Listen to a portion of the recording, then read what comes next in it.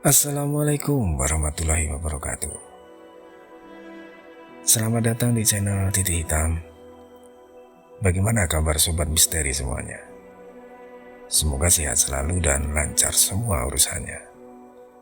Oh ya, buat sobat-sobat misteri yang belum subscribe, silahkan subscribe terlebih dahulu dan pencet tombol notifikasinya supaya tidak ketinggalan kisah-kisah seru selanjutnya dari Titik Hitam.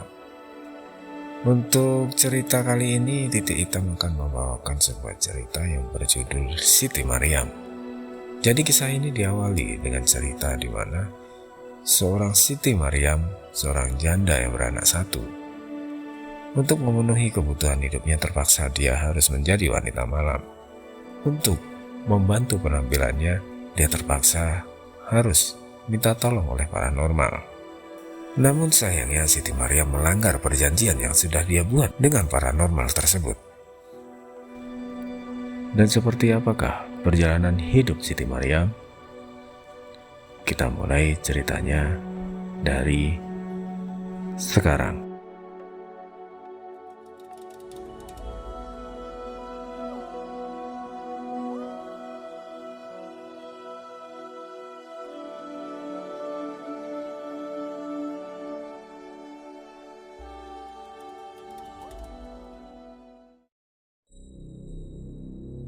Pada tahun 1984, lahir seorang bayi laki-laki, Antonius atau panggil saja Tony. Tony lahir dalam keluarga yang sederhana dan berkecukupan. Tony kecil selalu dimanja oleh ayah dan ibunya, menjadikan Tony menjadi anak yang sangat beruntung dibandingkan anak lain yang seusianya.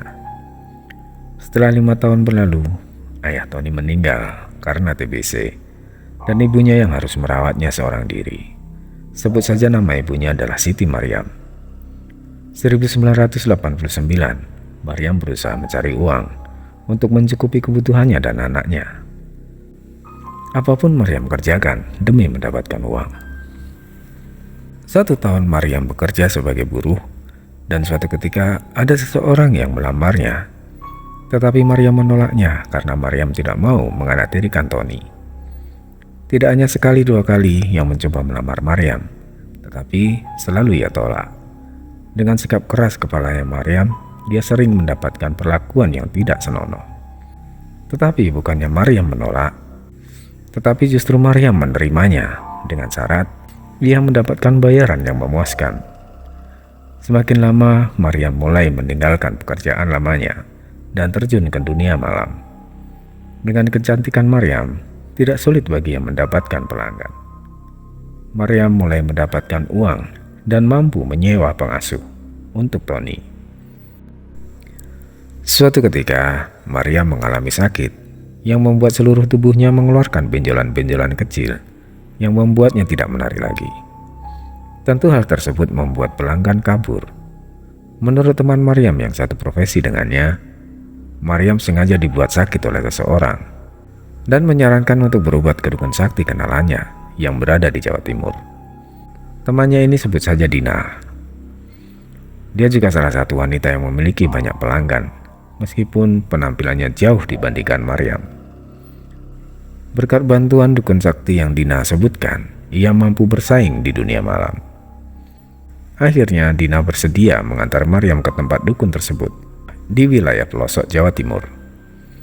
Setelah sampai di tujuan, Maryam awalnya takut karena yang dia pikirkan dukun pastilah orang yang sudah tua dan seram. Tetapi setelah bertemu dukun tersebut, Maryam sungguh terkejut. Dukun tersebut seorang wanita yang cantik, diperkirakan berumur 30-an tahun. "Ada apa kalian datang kemari, nak?" kata dukun tersebut yang bernama Nyi Sekar Arum. "Saya kemari tahun-tahun lalu, Nyi. Sekarang saya hanya ingin mengantar teman saya ini untuk berobat," jawab Dinar. "Siapa namamu, nak?" tanya dukun tersebut kepada Maryam. "Saya Maryam, Nyi." jawab Maryam meragu. "Apa yang membuatmu ragu, nak? Jangan lihat penampilanku. Percaya atau tidak, umurku sekarang mungkin 3 kali lipat dari umurmu." kata dukun tersebut. Maryam hanya bengong dan tentunya tidak percaya jika dukun tersebut lebih tua darinya. Saat itu, Maryam berumur 27 tahun. Jika umur dukunnya 3 kali umur Maryam, dukun tersebut berumur kurang lebih 70 tahunan. Tentu saja Maryam terkejut dan sulit mempercayainya. Mar, apa yang dikatakan Nyi Sekar itu benar. Ketika aku pertama kali ke sini, aku berumur belasan tahun. Dan beliau sama sekali tidak berubah. Meskipun sudah 10 tahun, aku tidak bertemu, kata Dinar berbisik. Nyi, apa bisa Anda menyembuhkan penyakit saya ini? Dan saya juga tertarik dengan apa yang dilakukan Dina, teman saya ini, Nyi, kata Maryam. Itu mudah, kamu tinggallah di sini malam ini, jawab dukun itu singkat. Dina kemudian pergi meninggalkan Maryam. Malam itu Maryam disuruh mandi dengan bunga-bunga berbagai macam yang sudah disiapkan oleh Nyi Sekar Arum. Sambil memandikan Maryam, Nyi Sekar juga membacakan mantra yang tidak diketahui oleh Maryam. Pagi harinya, keajaiban terjadi. Semua penyakit ada dalam tubuh Maryam hilang.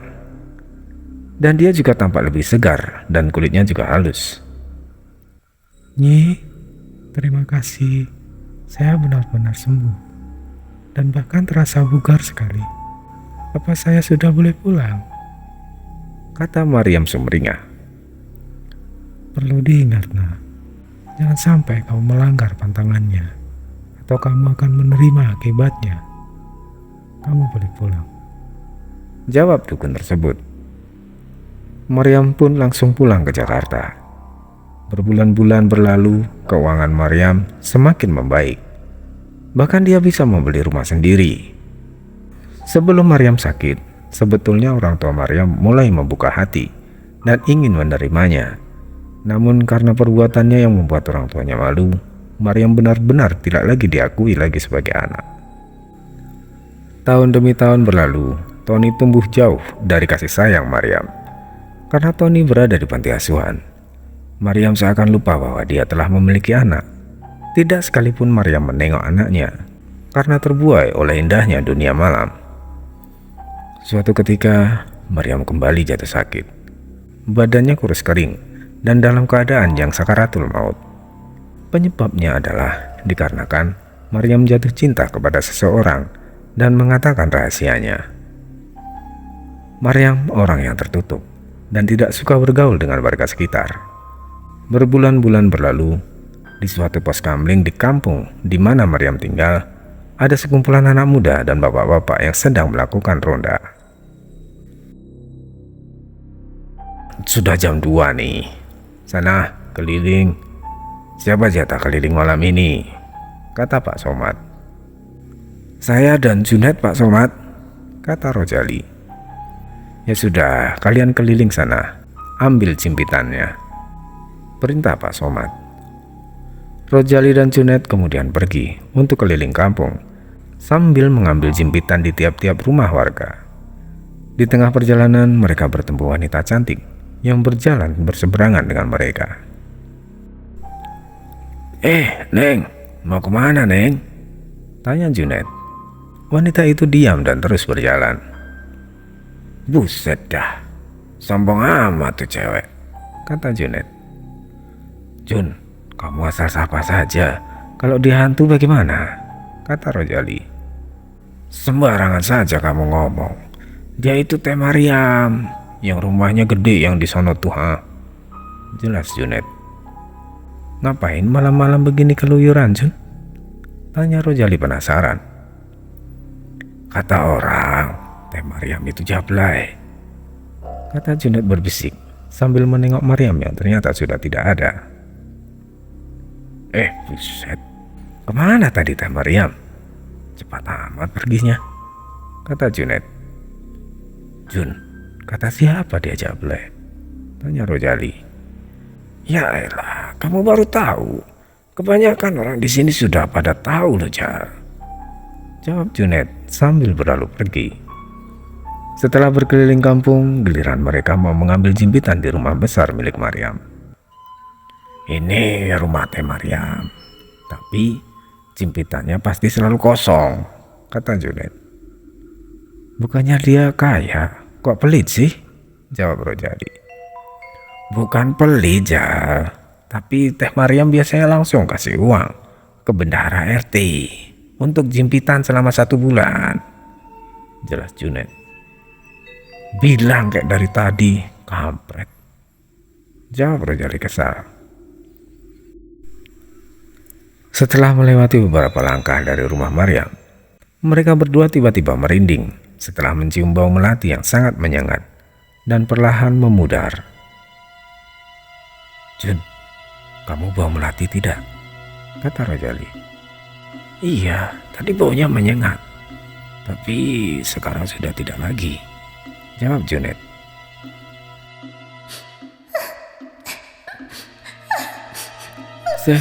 Setan! Rojali dan Junet lari tunggang langgang melihat sosok cantik dengan muka yang pucat pasi tepat di belakang mereka. Sudah cukup jauh mereka lari, kemudian mereka berhenti. Ja, kenapa kamu lari? Tadi itu Teh Maryam, kata Junet. Lah, kamu sendiri kenapa lari? Jawab Rojali. Kamu ngagetin aku, jadi aku panik lah, jawab Junet.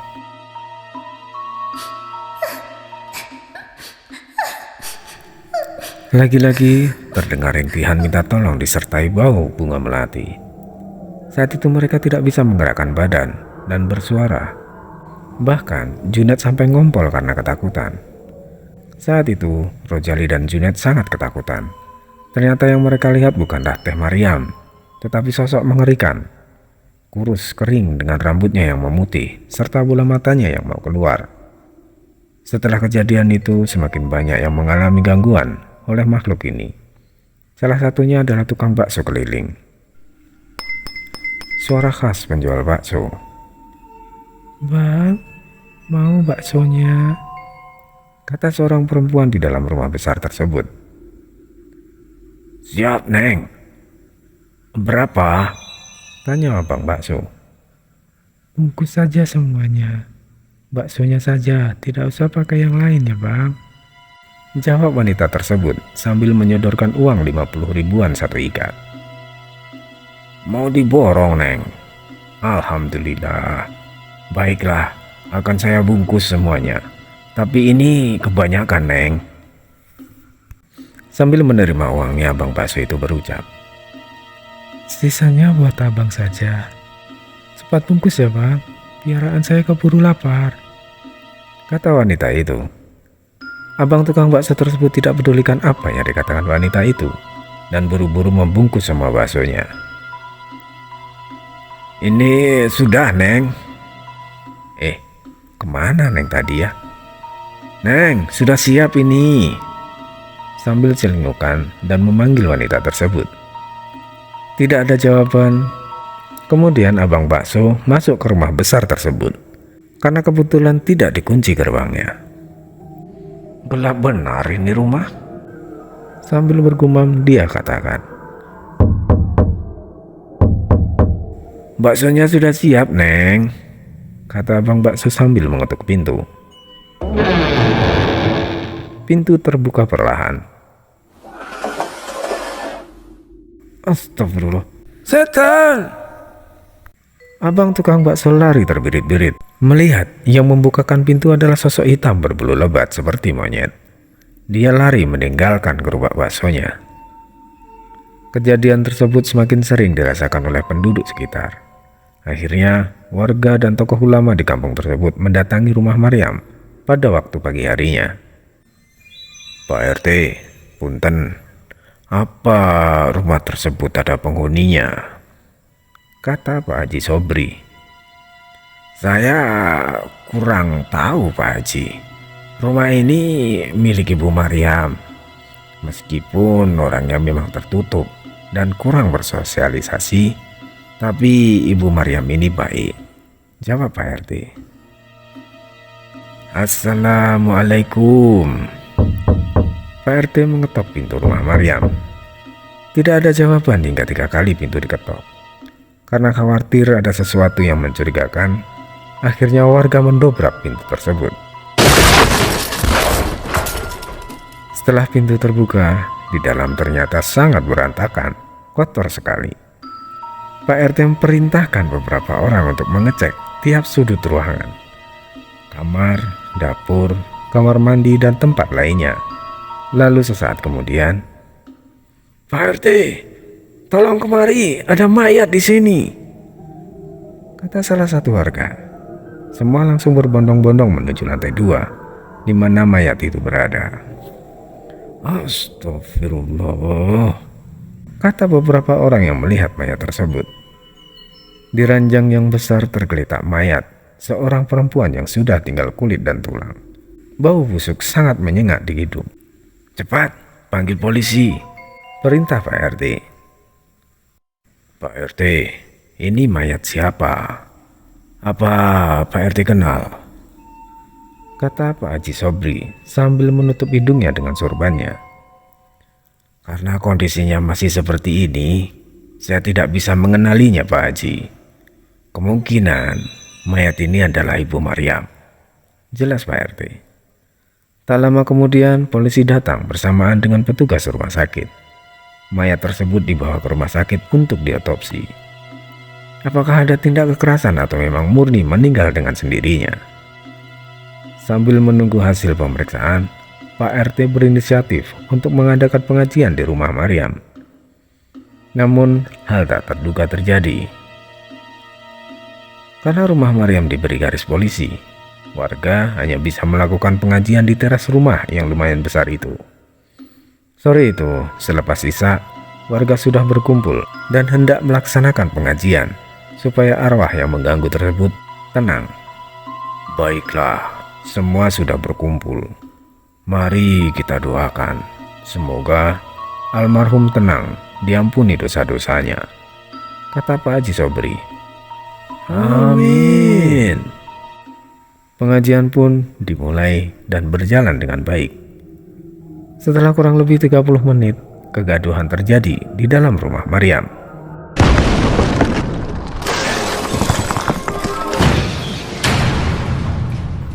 Allahu Akbar. Pengajian dihentikan sementara, dan kegaduhan itu pun berhenti. Ketika pengajian dilanjutkan, di dalam rumah kembali gaduh, dan bahkan terdengar jelas erangan hewan buas.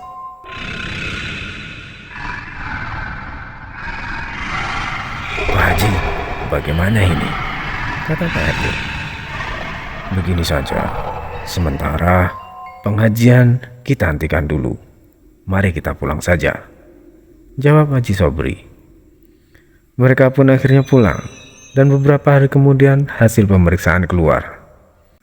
Mayat sebelumnya ternyata adalah Siti Maryam yang diperkirakan meninggal beberapa bulan yang lalu tanpa mengetahui penyebabnya.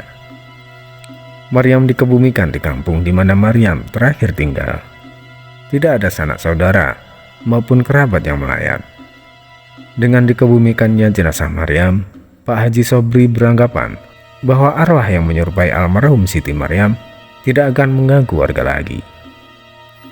Namun, ketakutan warga akan teror arwah gentayangan masih melekat di pikiran mereka. Dan rumah Maryam saat itu menjadi rumah yang dipercaya oleh warga sebagai tempat yang angker. Dan benar saja, anggapan yang disampaikan Pak Haji Sobri ternyata meleset. Arwah gentayangan dengan sosok Siti Maryam masih sering mengganggu warga sekitar, bahkan lebih sering daripada sebelumnya. Saat itu, setelah 7 hari Maryam dikebumikan, ada seorang tukang becak melintas di suatu jalan besar di kawasan Tanjung Priok. Ada seorang wanita menghentikan abang becak tersebut. Malam itu, sekitar pukul 10 malam, seorang wanita menghentikan laju becaknya.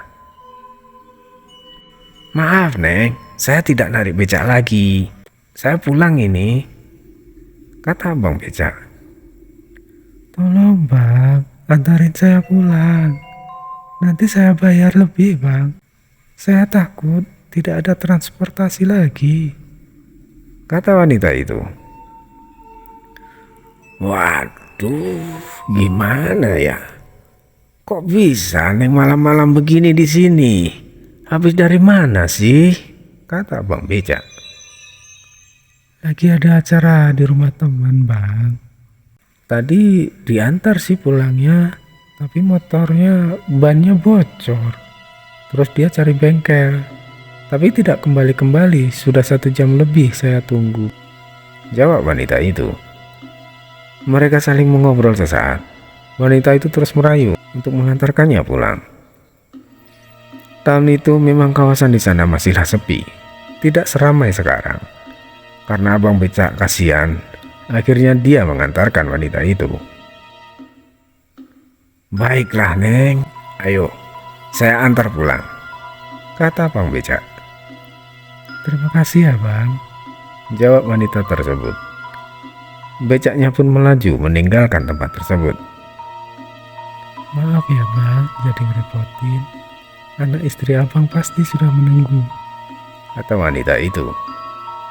Saya masih bujangan kok Neng. Saya buru-buru pulang karena ngejar setoran. Ini juga becak yang nyewa Neng. Nama Neng siapa? Tutur Abang Becak. Oh, maaf kalau begitu Bang.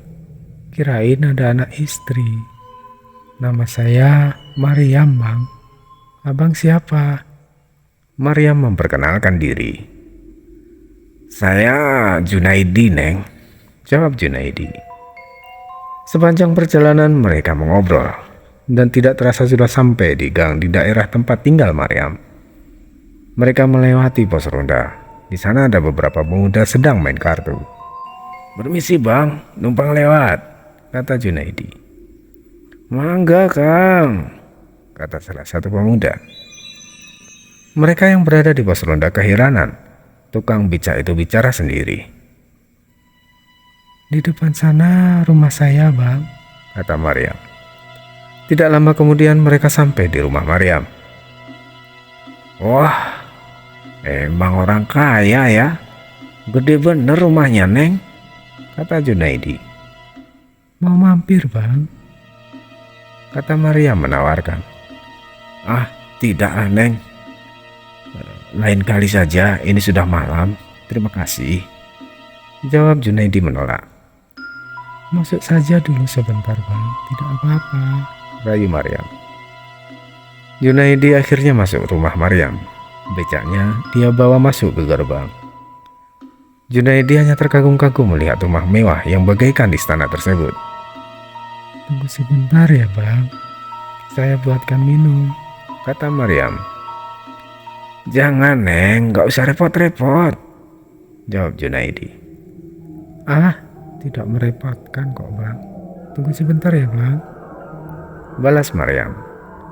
Junaidi duduk di sofa yang empuk, berwarna merah.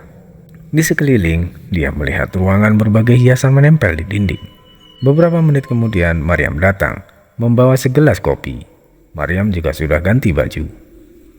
Silakan diminum kopinya Bang, kata Mariam. Iya Neng. Junaidi merasa gugup, tidak berani memandang Mariam. Junaidi sungguh tidak menyangka bahwa Mariam berganti pakaian tidur yang tipis tanpa mengenakan pakaian dalam. Terlihat jelas bentuk tubuh Mariam dengan pakaian yang tipis dan samar-samar tersebut. Semakin Junaidi berusaha untuk tidak tergoda, Mariam justru semakin gila dan mendekati Junaidi. Kenapa Kang? Saya jelek ya? Kata Mariam. Oh tidak Neng, Neng cantik sekali, jawab Junaidi gugup. Terus kenapa Abang tidak mau melihat Neng? Balas Mariam. Junaidi semakin gugup. Mau bagaimanapun, Junaidi adalah laki-laki normal yang bahkan belum menikah. Godaan Mariam tidak lagi bisa dia tolak. Malam penuh hasrat pun mereka lakukan bersama.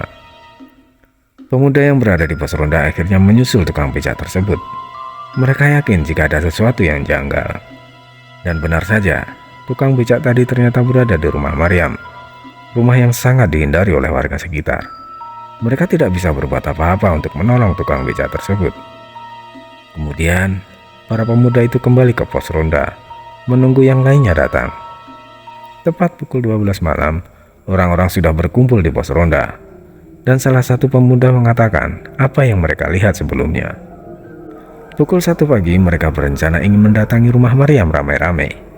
Tetapi sebelum itu terjadi, tukang becak sebelumnya sudah keluar dan melewati pos.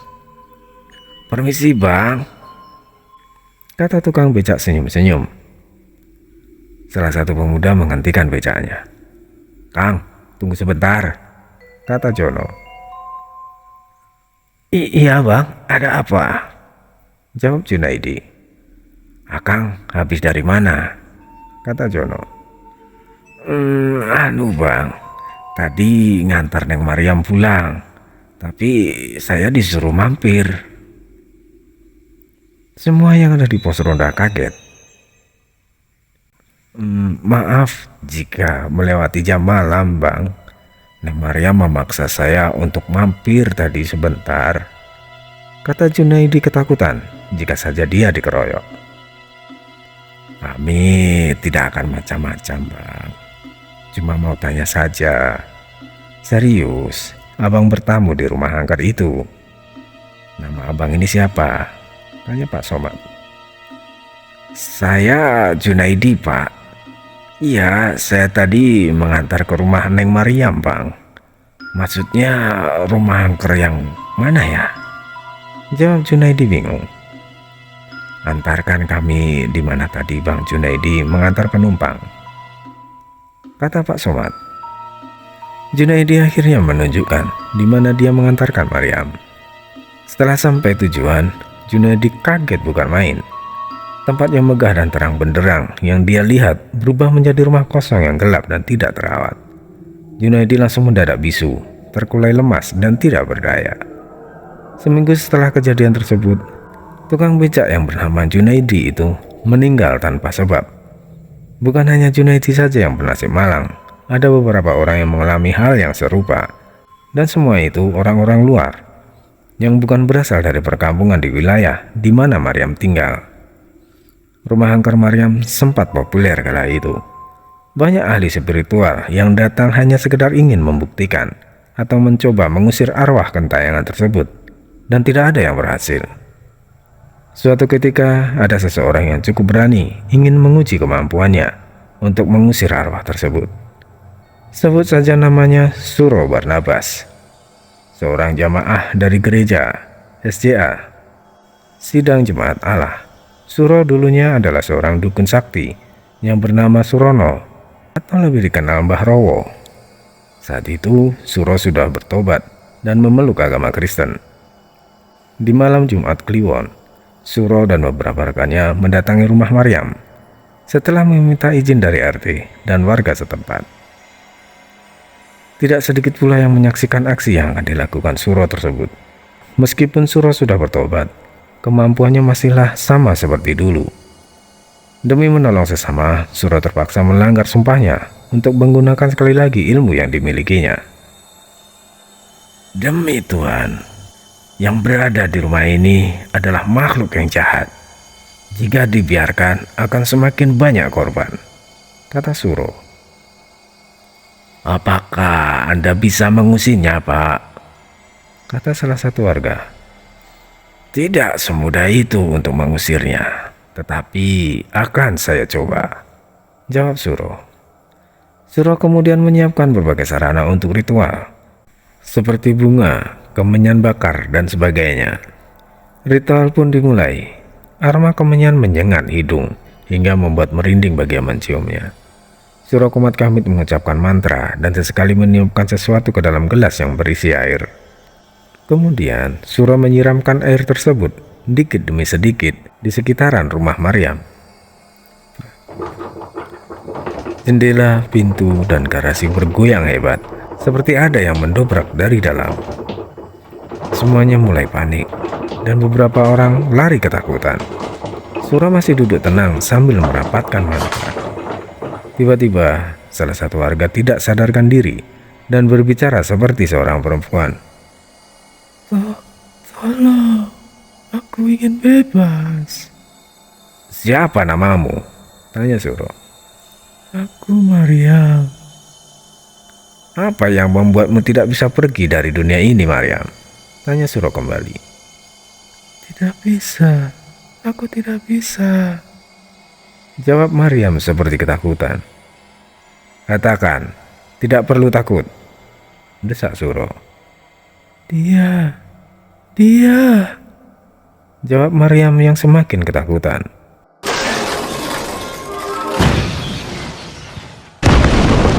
Kembali terdengar pintu seperti didobrak dari dalam.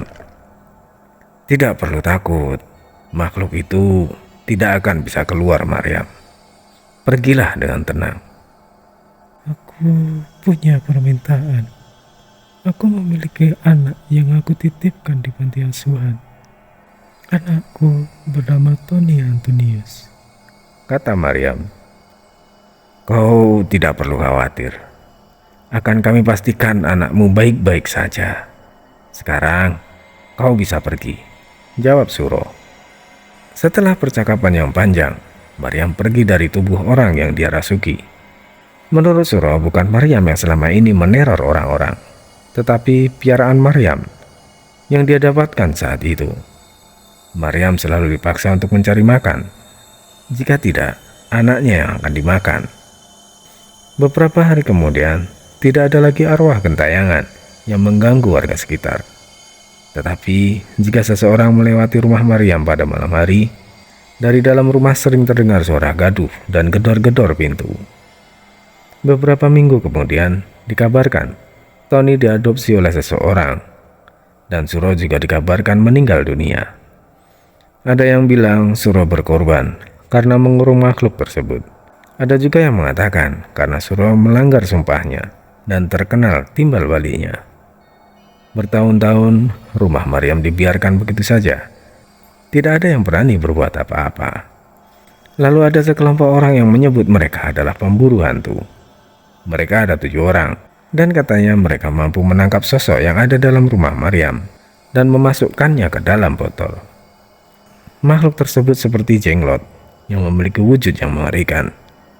Setelah beberapa tahun berlalu dan Tony sudah tumbuh dewasa, atas permintaannya rumah Maryam dirubuhkan. Kisah arwah gentayangan tidak lagi terdengar setelah rumah Maryam dirobohkan. Bahkan di kampung tersebut sekarang seperti tidak pernah ada yang tahu bahwa dulunya pernah ada sosok Maryam meneror kampung tersebut. Bekas rumah Maryam dulunya kini sudah berdiri sekolah SMA yang konon berhantu. Sekuriti sekolah tersebut pernah melihat sosok cantik yang menangis sambil ditemani oleh anak kecil bermata merah dan memiliki taring. Cerita di atas Tori dapatkan dari beberapa sumber. Untuk kebenarannya tidak ada yang tahu. Yang jelas, Maryam yang pernah menghebohkan warga sekitar memang pernah terjadi.